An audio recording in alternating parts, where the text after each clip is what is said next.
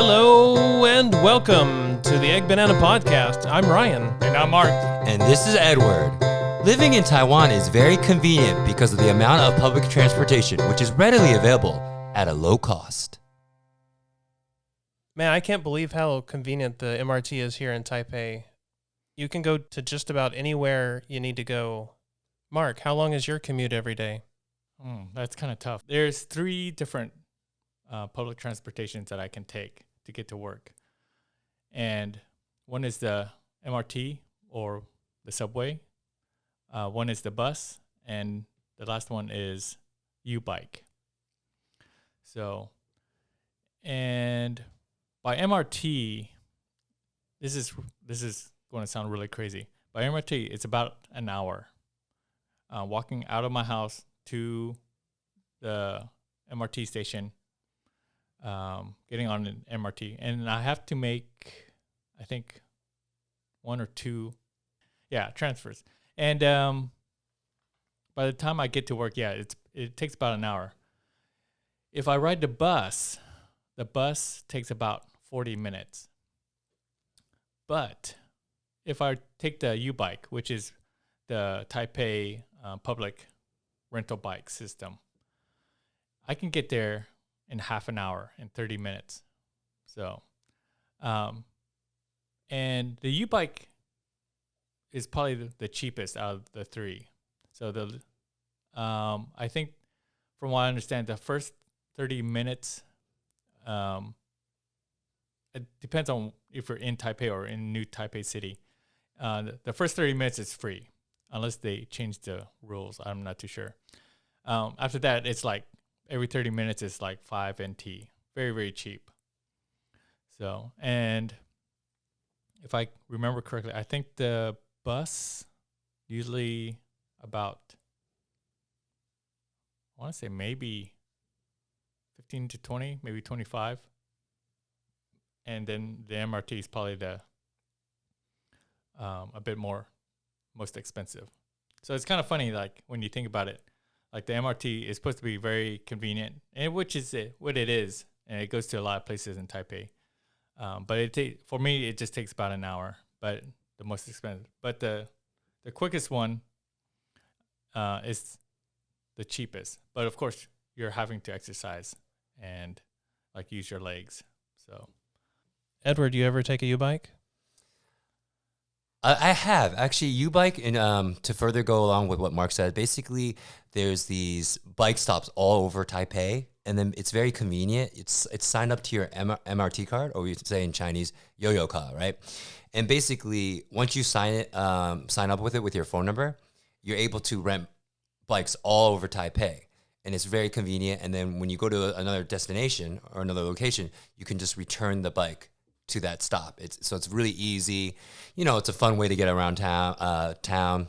You exercise. So I would say, going back to the original question about public transportation in Taiwan, it's really simple. As a New Yorker, it's similar, but definitely cheaper. And you have a lot of choices. You have the MRT, which lets you go to all places over Taipei. I do agree with Mark that sometimes if you take the bus, or I guess I didn't know that, but I guess if you take a bike, you're able to cut across the city a little bit faster sometimes. So I think it's really a convenient. It's very convenient. I'll put it like this: I've been living in Taiwan for 11 years. I have never driven a scooter or a car because I don't have to, basically. So, Ryan, how about you? What is your experience with public transportation? Yeah, like you said, it could be a little bit faster to take a bus than an MRT, depending on where you're going. So, like, a lot of lines, a lot of train lines, they'll go from kind of like the south to the north, and then they'll kind of cut over and come back down.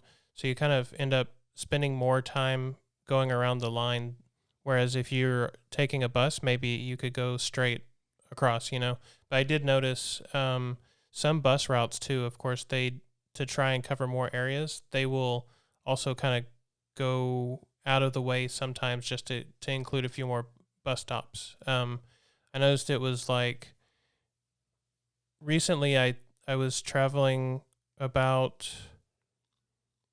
an hour and a half from my old place to my new place by MRT, because you had to go all the way from the south, all the way up to the north, and then back down, kind of, to come around the one orange line, as they call it. And then I realized that the bus was just like 20-25 minutes, because it just kind of goes straight. But if I go from there to here by bus, it's shorter. Sorry, if I go from here to there by bus, it's only like 20-25 minutes. If I go from there to here by bus, they take a little bit of a longer route, and it ends up being more like 30 minutes. So, but you still save time. But yeah, UBikes are great. As long as the weather's good. Like during the winter, I didn't take a U-bike at all. But before the winter came, and before COVID, I was taking a U-bike pretty much every single day. I really loved it. It was great, as long as it's not raining or it's not too cold. Yeah, that is true.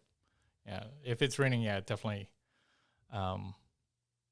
You will probably have to take a taxi or some other form of transportation, unless you like having rain hit you in the eyes as you're riding. Have you ever seen somebody riding a bicycle with an umbrella? I see that every once in a while. Actually, every once in a while, but I don't know. When it rains? Yeah, when it's raining. Okay. Every once in a while, yeah. I do want to point out this real quick. Speaking of the MRT, the subway system, and the bus, something I've noticed, not all bus lines in Taipei, but some, if you miss the bus, you can maybe be waiting for like 15 to 20 minutes for the next bus. But that's not to say all buses, and some bus lines have more than one bus. But what's really nice about the MRT system, if you miss the subway, you don't really have to wait that long. Usually, maybe at the most, maybe 5 minutes. So that's one thing I think is very convenient about the public transportation here in Taipei. So yeah, I think during regular hours, MRT is like every 4 minutes, and then 1 minute wait time to let people get on, and then the next one.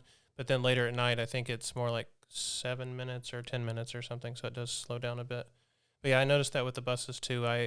There's one bus that I was looking for, and it said it was like 21 minutes until I would get there. I was like, 21 minutes? Man, I could just go ahead and go to the MRT station and get to my destination. Which reminds me also, like sometimes I'd call like a Uber, like they have Uber here in Taiwan, and sometimes it would say like the Uber driver will be here in like 15 minutes or 10 minutes. I was like, what? I was like, I could literally walk to the station and then get on the MRT and go wherever I was wanting to go faster than that. So I don't know. It just, it depends where in the city you are and how convenient it is for people to get around, I guess, the Uber driver or whatever. I don't know if this is trying to think the word, like worth mentioning or allowed to, or we should taboo? Well, not taboo, but I know several years ago when you were talking about, speaking of Uber drivers, there was a band, I guess, where the normal taxi drivers were kind of like up in protest or up in arms about the Uber driver. And and for a while, I remember it was like a year or 2 years that there weren't no Uber drivers. So, and then just recently, like I think they allowed them to start up again. Is that correct? Yeah, I think it went back and forth. Like it was illegal for a little bit, and then it was legal again, and then it was illegal. So eventually what I think I heard ended up happening was all Uber drivers actually have to have like a taxi license or something. So you'll notice that their license plates are the same as taxis now. And I think that's how they got around the whole illegal or becoming legal. What do you know anything more about that, Edward? No, I do agree with Mark's opinion. I do know, I don't remember one was like maybe a year ago, 2 years ago, where Uber was forced to leave Taiwan. And, but now they're back because, I have a lot of friends who use Uber. And I do remember it was really funny during that time. A few times, I think taxi taxi drivers saw me get into an Uber, and they were like, they gave me like kind of like a look of disappointment, or I was kind of like betraying them. So I thought that was kind of interesting.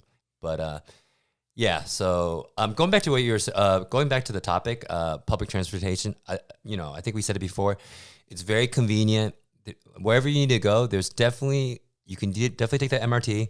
If the MRT does not go there, a bus will definitely go there. And then going back to what Mark was saying, I had the same experience because there are some buses that would go directly to my house, but they would run less frequently than the other buses where I'd have to maybe walk 5 or 7 minutes. And me being lazy, I'd be like, do I want to walk those 5 minutes, or do I want to wait for the bus that directly drops me off in front of my house?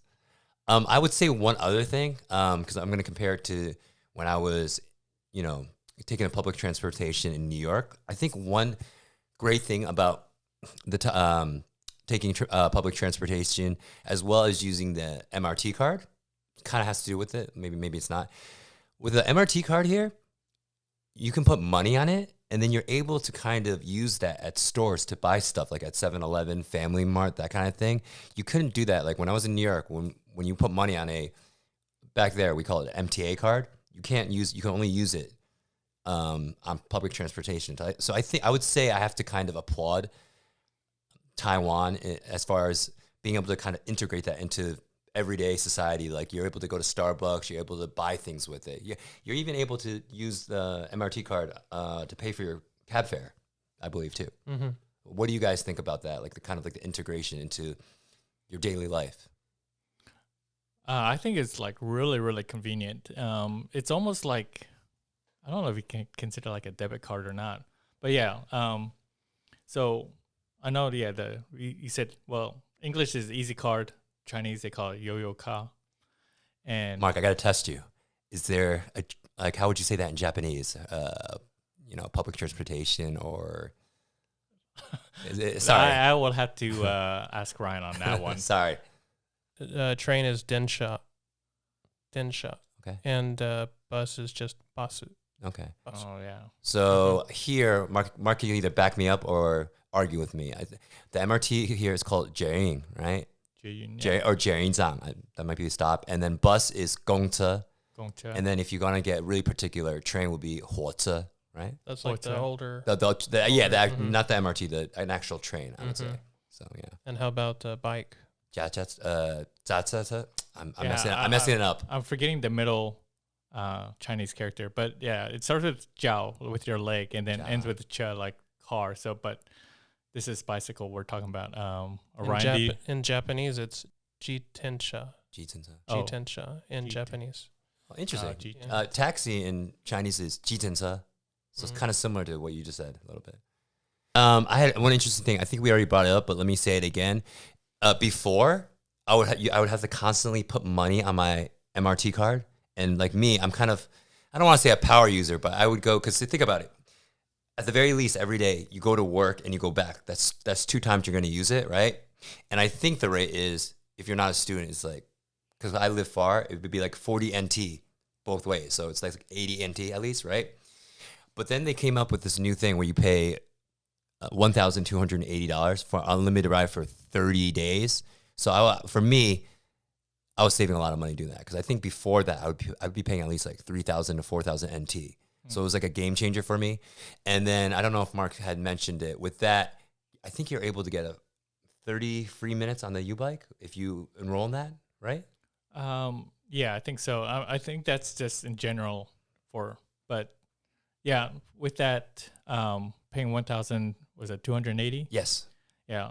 Yeah, that will cover like all your public transportations, your MRT, bus, UBike. I'm not too sure what else. Right. Exactly. Oh, and I was going to say, I don't know if they have this in the States. Maybe they do, but it's pretty good because they have a student fare, which is a reduced price. And I know my parents, they probably don't want me to say it, but they're retired, so they're older, and then they actually don't have to pay. Or I forgot if they have to pay like a very cheap price, or maybe it's even free, the MRT. I think it is free, like above the age of, I want to say 65, but I could be wrong there. I don't know. Here in Taiwan? Yes. Oh, okay. I didn't know that. Because last time you have to go and you have to get documented, but then basically you're just riding around free. It's definitely a reduced price. It might be free, I think. Ryan, did you remember there was in Japan like an easy card for public transportations? And I do remember in Kyoto there was one, but I forgot the name, what they called it. JPass. No, I don't know. That sounds cool. But yeah, in Singapore, it's basically the same here as in Taiwan. So like the Easy Card or whatever, you can use it on any, MRT, bus, go to 7-Eleven, buy a drink with it, whatever, load it up with money. One of my friends here from Bulgaria, he taught me when I first came here, you always have all this loose change in your pocket, and it's so annoying, right? All you do is go to the train station or the MRT station and then put your card on the machine and then load it up with all your loose change, and then that's a great place to put all your money, so you don't always have to carry it around all the time, and then you can still use that in 7-Eleven or wherever. I did kind of look up the transportation card that people use in Osaka and Kyoto. So it's called an ICOCA, ICOCA, ICOCA card. So it works similar to like the Easy Card. You just put money on it, and then you can use it for, I believe, for the subway and the train. I don't know about the bus. It's definitely not as convenient as the Easy Card here in Taipei. So right, and then one thing I remember right now is actually, if you only have one NT on your card, you can still use it one last time to go home. Yeah. But then once you get that, the next time you have to kind of fill it up again.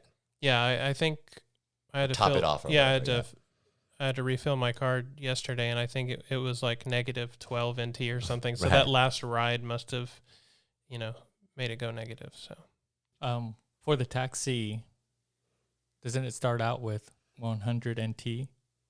No, taxi starts off with like 75 or 80, doesn't it? I paid 75 when it's like really close. It's either 60 or 65 starting out on a regular day, and then on like holidays or weekends or after a certain hour, maybe it's 70 or 75. Okay. I think it's something like that.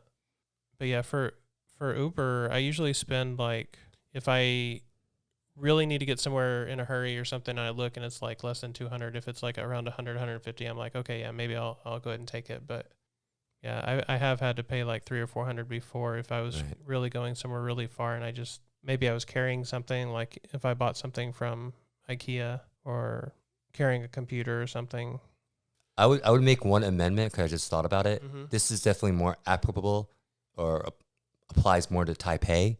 Once you go to other more rural areas, there's probably going to be less amount of taxis and or buses. And then usually, like if you go to like the south or not really cities of Taiwan, everyone rides a scooter, in my opinion. So that's a little bit different.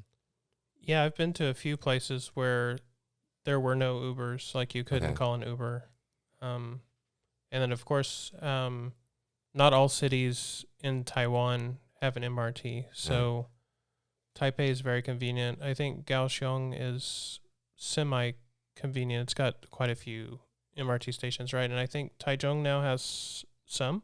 It has one that I know, but they do. But then, look, I've been there a few times and just talking to people who live there. Like a lot of like in Taipei, everyone takes the MRT. Mm-hmm. And there, it's not as popular. I would say. I think they're building it, and it's been around for some time. But I don't know. I think when you get further away from Taipei, a lot of people either drive or they just have a scooter or a bicycle. I would assume. Mm-hmm. I wanted to add one more thing. Basically, I just thought about it. Taiwan is really good because when I first got here, basically all the train lines, right, they would only go to like different parts of Taipei, but they're constantly opening up new lines. Like, for example, I live near Hongsuling, which is Danshui. The people of Taiwan would know what that is. And they just opened up a new train line near my house called the Danhai line.